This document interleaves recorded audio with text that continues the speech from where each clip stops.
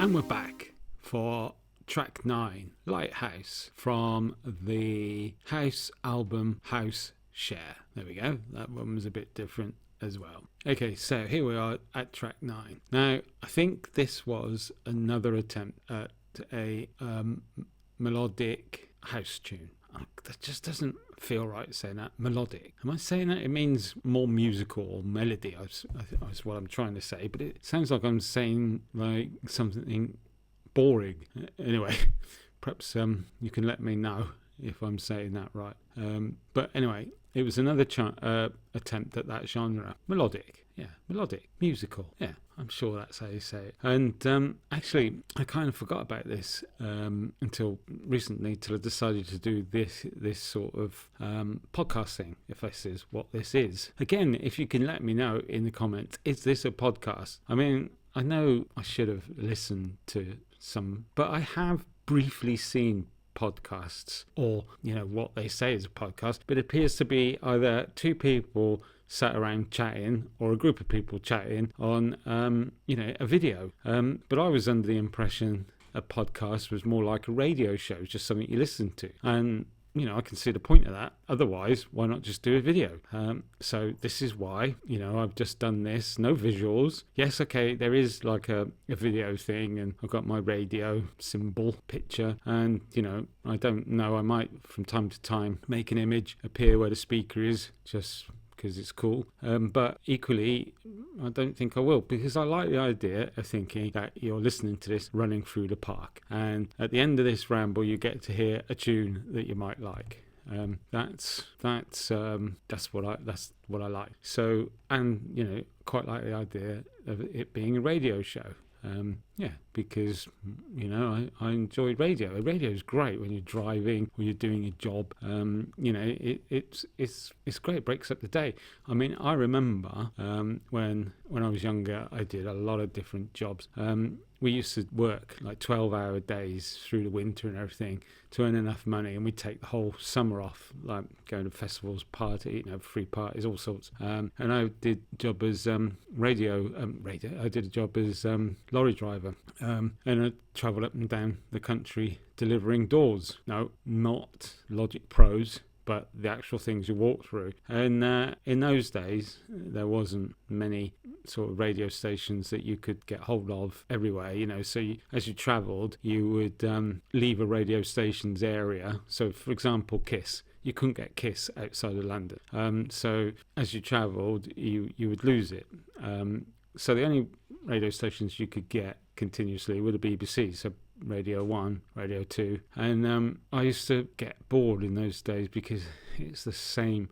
They had what was called a playlist, because you've got to pay for rights. The BBC would, I guess, get the right to play certain tunes a certain amount of times that day or that week. So it used to feel like if you listened to Radio 1 all day, that you were listening to the same 5 songs over and over. And yeah, they did break up the day with like the Golden Hour and Steve Wright in the afternoon, which you looked forward to, so you weren't listening to the same old Kajagoogoo or whatever, which wasn't my thing. And I then discovered Radio 4, which was all sorts of talk radio, really, is I suppose what it'd be called, and Women's Hour, quite like that, and the Play for Today, and there was all sorts of things. Ended up tuning into that. I mean, I was in the bleeding lorry for 12 hours a day sometimes, so it made a nice change. So anyway, that's what I think a podcast is a kind of radio program you can tune in at any time. So that's what I'm kind of doing.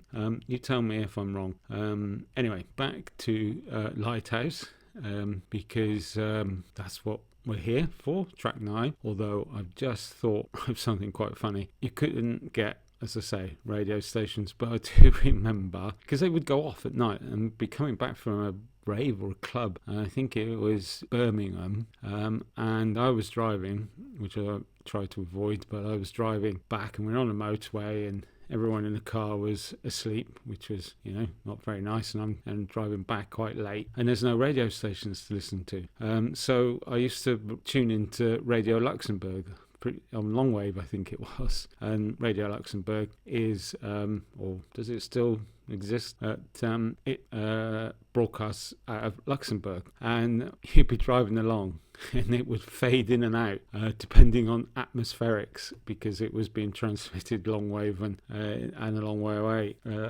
So that's a funny thing to think. I haven't thought of that in a long time. Changing lanes, hoping to pick up better, because in those days motorways at like 4 a.m, there wasn't anyone on them. It was very different times, but yeah, radio was very important, and it's great when you can just listen to something. So finishing that and coming back to Lighthouse and the melodic tune, which I think it is. Again, listening to this now, it's got a nice vocal hit in it, and it feels really haunting. And it's possible, more than possible, but it could probably do a little bit more mixing down, and maybe I'll have a go at that later on.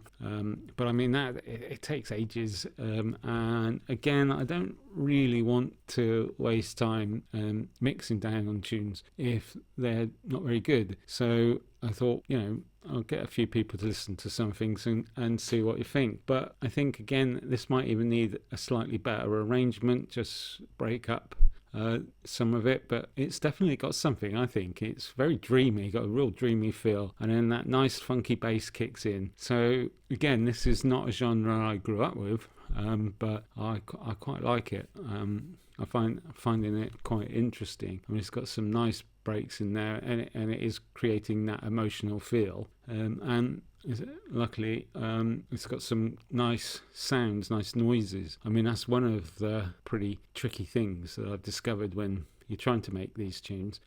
It's the sound. I don't know if you know what timbre is, but timbre, for example, it's not like the tone, it's more like the atmosphere of a sound or a voice. So, for example, I'm trying to think of a singer that's got timbre. What was his name? Was it Roy Orbison, Man in Black?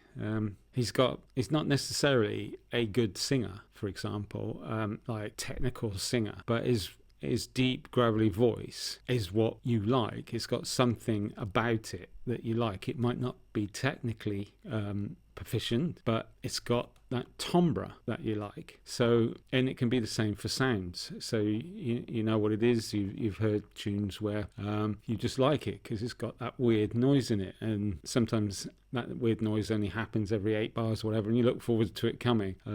So trying to find, and also the sound, has an emotion, like a saxophone, for example, or a clarinet. They convey, when you hear it, they convey a kind of mood. So you're always looking for a nice sound. And also when you're trying to do a genre, for example, so like house, so you're looking for that certain type of bass sound or a piano, and that certain type of piano sound that's common for house tunes. That's what makes it a house tune. And trance is like, it's usually a bit of a quicker beat, and it's got that trance sound to it. Don't know how you describe it. And it's the higher notes that you're listening to, and and the hi-hats are in a certain pattern. But anyway, trying to get a different sound each time can be quite a tricky thing to do while keeping inside that timbre.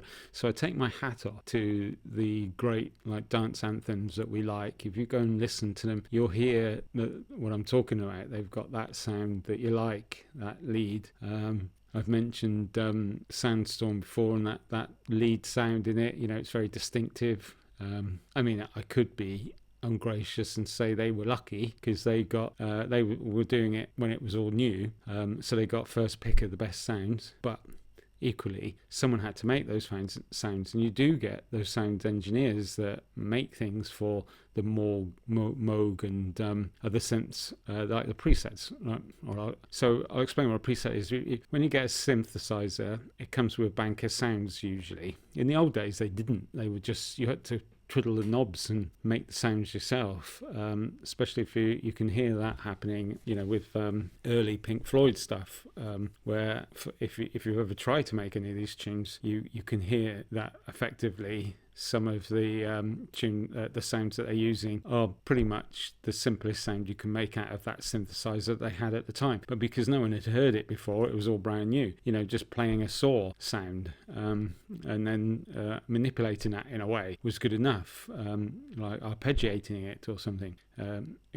but now we've heard them. Like the other day, there's a famous sound that was used in a lot of early house tune, which they call the Hoover, and that was a sound created as a kind of joke for some kind of Yamaha synthesizer, I think, or something like that, and a sound engineer made it as a preset, as a joke. For other sound engineers, that there was some kind of crazy in joke that these people were doing at the time, like making the presets. It's not a Hoover. Well, if you're not, Hoover in the UK is a brand name of a vacuum cleaner. Well, they make other things, washing machines and things, but they were famous for vacuum cleaners.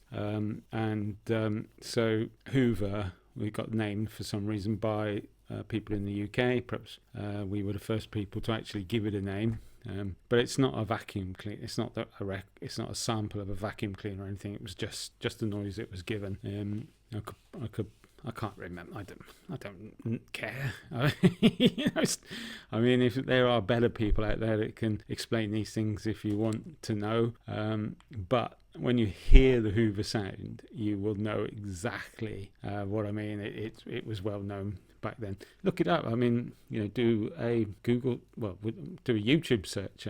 Put Hoover sound in it. I bet you someone's done a video on that. It was the signature sound for a long time, and it's still used now from time to time. I think it's been used in some modern things as a sort of throwback. I think Rihanna used it in something, and Beyonce or someone maybe, I think. But yeah, so those are the sort of sounds you're trying to get, and I think on this tune, hit a kind of mournful sound, and the bass is a little bit recognisable as a house tune, but it's still, I think, a little bit modern. But as they say, proof is in the tasting. So I'm going to now play Lighthouse, so you can check it out, see what you think. I think this is one of my favourites. This is track 9? Is it track 10? 1, 2, 3, 4, 5, 6, 7, 8, 9, 10. This is track 10. So we're 2 away from what I think is my favourite tune on the album. So take a listen to this. If you like it, well, whatever, leave me a comment if you can when you've stopped running through the park, or I've now you're doing some boring housework, or you're painting, you're doing DIY. I quite like that idea as well, and you're listening to this nonsense. So that's great. Maybe it's painting, because I can't stand painting. But yeah, so when you've washed the paint off your hands, let me know what you think of this. I quite like this one. I think this is good. So the next track 11, is going to be Doghouse. And I can't remember, but I think this is surprising. And weirdly, Doghouse makes it sound, not like a good tune. But I've got a funny thing, and this has got a special quality as well. So I hope to speak to you in track 11, and that's Doghouse. I hope you enjoy Lighthouse. I think it's got something.